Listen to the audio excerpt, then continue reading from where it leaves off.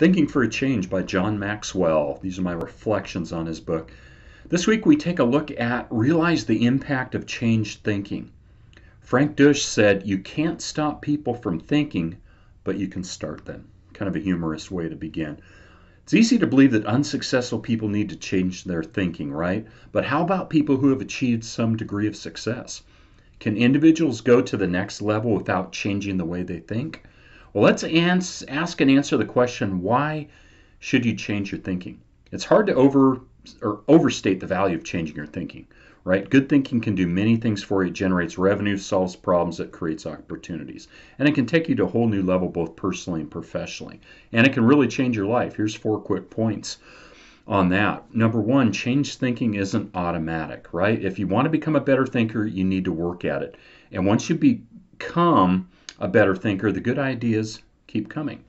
Secondly, changed thinking is difficult. Okay, when you hear someone say, now just off the top of my head, Maxwell says expect dandruff, right? The only people who believe thinking are easy is those who don't habitually engage in it. In fact, Albert Einstein, one of the world's best thinkers, said, thinking is hard work, that's why so few do it.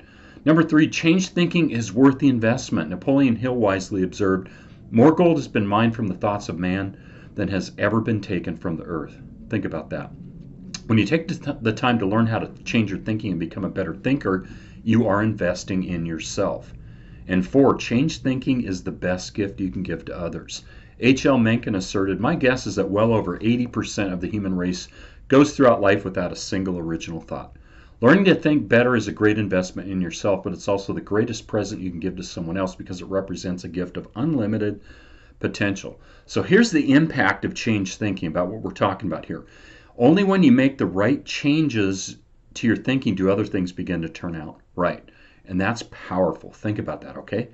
No pun intended. Here's 6 steps to help you focus. So number 1, changing your thinking changes your beliefs, right? Karen Ford remarked, people will never attain what they cannot see themselves doing. And she's right. Tell yourself 3 things. Change is personal. I need to change. Change is possible. I'm able to change. Change is profitable. I'll be rewarded by change. Remember, no matter how old you are or what your circumstances may be, you can change your thinking, and that's what I'm here to tell you. And when you change your thinking, you change your beliefs. Number 2, the late billionaire entrepreneur Rich DeVos said, the only thing that stands between a man and what he wants from life is often merely the will to try it and the faith to believe that it's possible. A belief is not just an idea that you possess, it's an idea that possesses you. And thirdly, changing your expectations changes your attitude. This is a big one.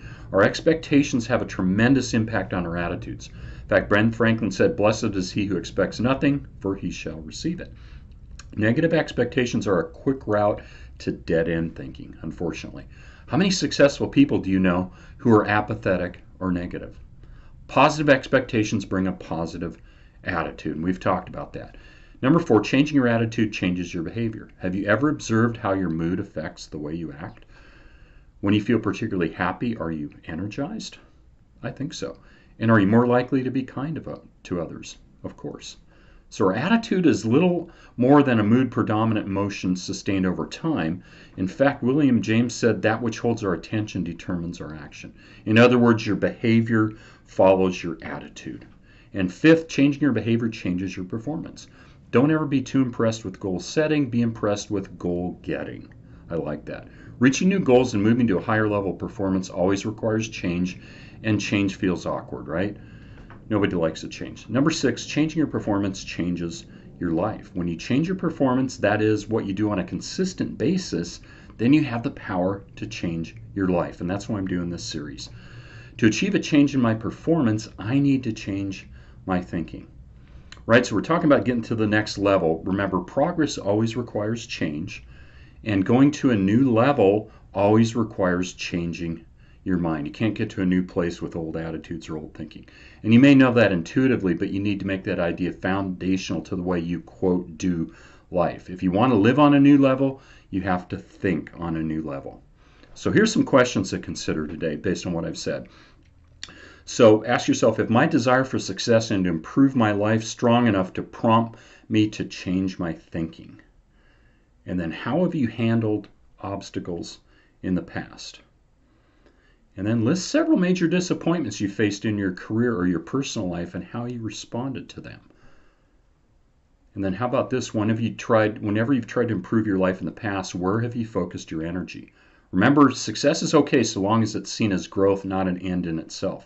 And then lastly, ask yourself, could your past successes be getting in the way of your future success? Thanks for joining me today. Okay, please feel free to hit the subscribe button or share this if this has impacted you in a significant way. I hope it has. Hope it's gotten you to think. And you can also connect with me on social media at the links provided. Remember to think for a change. Have an awesome Wednesday. Bye-bye.